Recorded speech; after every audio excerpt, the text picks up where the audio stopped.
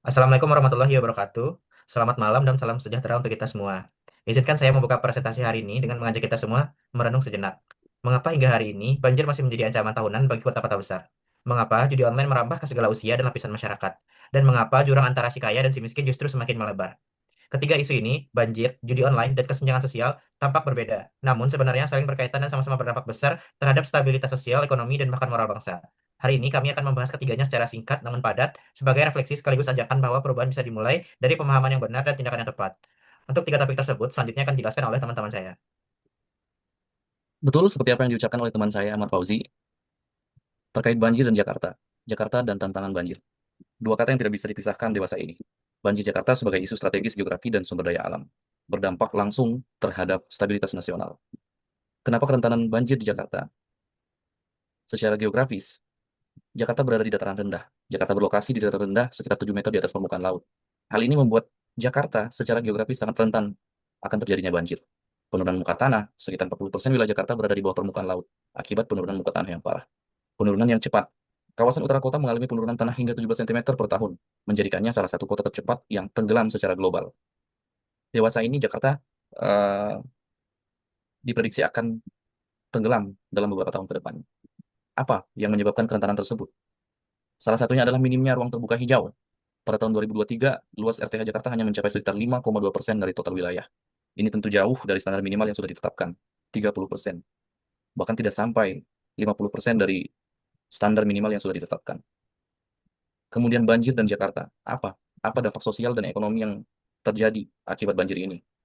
Yang pertama tentu pengungsian massal. Seperti pada bencana banjir pada sebelum-sebelumnya, di tahun 2021 contohnya. Ribuan warga mengungsi dari rumah mereka. Kerugian finansial. Banjir tentu membuat hambatan finansial, membuat ekonomi menjadi lumpuh, sehingga mencapai kerugian yang tidak kecil. Kemudian gangguan kehidupan. Dari sisi kehidupan, dampak banjir meluas ke gangguan aktivitas sehari-hari, kesehatan, mata pencarian masyarakat, dan hal-hal yang berhubungan dengan pendapatan.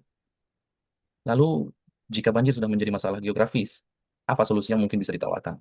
Dewasa ini, pemerintah DKI Jakarta sedang gencar-gencarnya bekerja sama dengan pemerintah pusat untuk proyek Giant Sea Wall.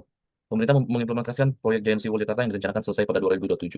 Hal ini diharapkan akan dapat menjadi salah satu solusi agar banjir dan Jakarta menjadi dua kata yang terpisah. Kemudian yang terakhir adalah pelindungan pesisir. Proyek ini bertujuan melindungi kota dari pasang surut dan intrusi air laut.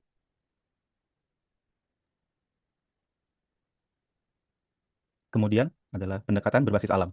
Yang pertama itu adalah perbanyak ruang terbuka hijau melalui penghijauan daerah pinggir sungai dan pemanfaatan lahan lindung. Kemudian ada normalisasi sungai, yaitu mengembalikan fungsi sungai untuk aliran air yang optimal. Kemudian memperketat regulasi, yaitu pengawasan ketat terhadap eksploitasi tanah sebagai bagian dari pengelolaan air terpadu.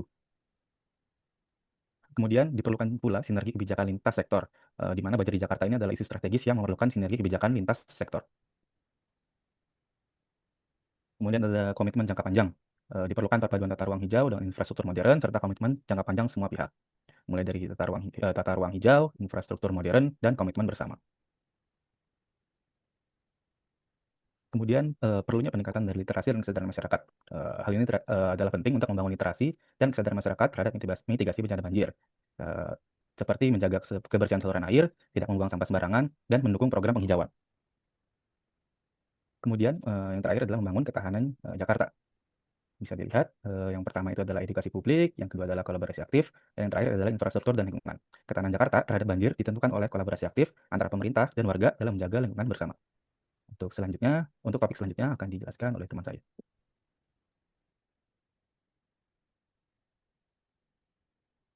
Baik, sekarang saya akan menjelaskan tentang judi online yang merusak masa depan bangsa. Di tengah kemajuan transformasi digital, sebuah ancaman senyap telah berevolusi menjadi isu nasional darurat, yaitu judi online. Praktik ini secara nyata merusak tatanan sosial dan ekonomi masyarakat kita, menjadikannya salah satu yang paling meresahkan di Indonesia saat ini. Akar masalah, mengapa judi online sangat merajalela saat ini? Yang pertama adalah aksesibilitas yang sangat mudah.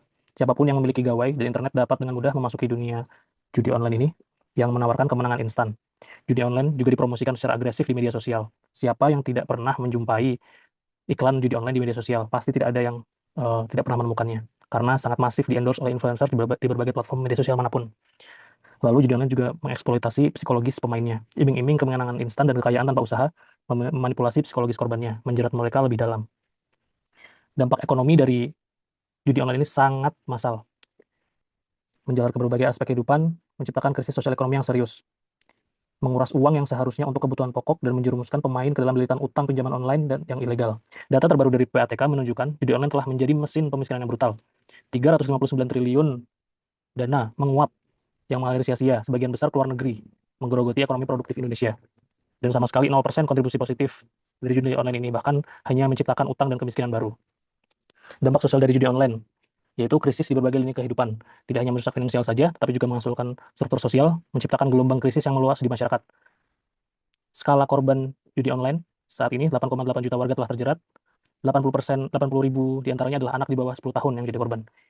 Adalah alarm merah bagi masa depan generasi kita. Krisis sosial ini menyebabkan ketidakharmonisan keluarga dan peningkatan angka perceraian.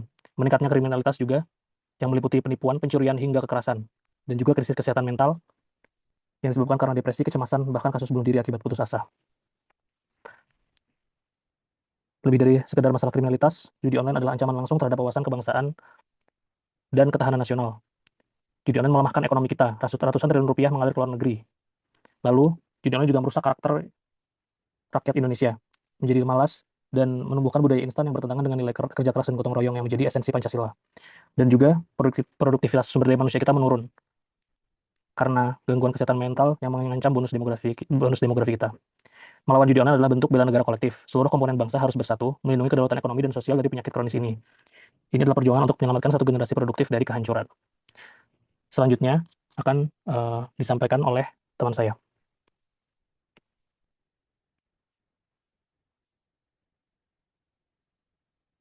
Baik, topik terakhir yang kami angkat adalah kesenjangan sosial di Indonesia. Mari kita menyelami akar masalah, dampak, dan solusi menuju Indonesia yang lebih adil dan merata. Memahami kesenjangan sosial. Yang pertama, kesenjangan ekonomi, perbedaan pendapatan antara kelompok kaya dan miskin, serta kesenjangan pendapatan antara daerah perkotaan dan pedesaan. Yang kedua, akses pendidikan, kesenjangan kualitas dan ketersediaan pendidikan yang membatasi peluang bagi sebagian besar masyarakat dari pedesaan dan perkotaan. Selanjutnya, layanan kesehatan, ketidakmerataan akses terhadap fasilitas dan layanan kesehatan yang layak, terutama di daerah terpencil. Dan yang keempat, peluang hidup, perbedaan kesempatan dalam mengembangkan diri dan mencapai kehidupan yang lebih baik. Apa penyebab kesenjangan tersebut? Kesenjangan sosial di Indonesia dipicu oleh beberapa faktor kompleks yang saling berkaitan. Yang pertama, distribusi pendapatan. Kekayaan terkonsentrasi pada segelintir kelompok, sementara sebagian besar masyarakat berjuang. Yang kedua, akses pendidikan dan kesehatan. Perbedaan signifikan dalam kualitas dan ketersediaan layanan dasar. Dan yang terakhir, ketidakmerataan wilayah. Fokus pembangunan di Pulau Jawa membuat daerah lain tertinggal jauh. Faktor-faktor ini menciptakan siklus yang sulit diputus, sehingga memperparah kondisi kesenjangan di berbagai lapisan masyarakat. Lalu apa saja dampak kesenjangan sosial tersebut? Kesenjangan yang semakin melebar menimbulkan ancaman serius bagi stabilitas dan kemajuan bangsa.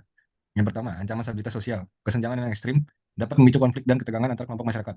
Lalu hambatan pertumbuhan ekonomi, mengurangi potensi pertumbuhan ekonomi yang inklusif dan pemerataan kesejahteraan. Lalu perlambatan penurunan kemiskinan. Masyarakat miskin sulit keluar dari siklus kemiskinan akibat kurangnya akses fundamental. Lalu bagaimana caranya menuju Indonesia yang lebih adil? Pemerintah, sektor swasta, dan masyarakat harus bekerja sama dalam mengimplementasikan kebijakan yang pro keadilan. Yang pertama, pemerataan akses. Fokus pada peningkatan akses pendidikan dan kesehatan di seluruh wilayah. Lalu pengembangan ekonomi inklusif, menciptakan peluang kerja dan mendukung UMKM. Yang ketiga, perlindungan sosial, memperluas jaring pengaman sosial bagi pekerja informal. Dan yang terakhir, pembangunan wilayah, investasi infrastruktur di luar Pulau Jawa. Baiklah, sebagai penutup, mari kita sadari bahwa banjir bukan hanya masalah alam, tapi juga pengelolaan manusia. Judi online bukan sekadar hiburan, tapi jerat digital yang menghancurkan masa depan. Dan kesenjangan sosial bukanlah takdir, tapi akibat dari ketimpangan kebijakan dan akses. Ketiga isu ini bukan hanya tanggung jawab pemerintah, tapi juga kita sebagai warga negara. Dengan pengetahuan, kepedulian, dan aksi nyata, kita bisa ikut menjadi bagian dari solusi. Terima kasih atas perhatian dan waktu Bapak Ibu Saudara sekalian. Assalamualaikum warahmatullahi wabarakatuh.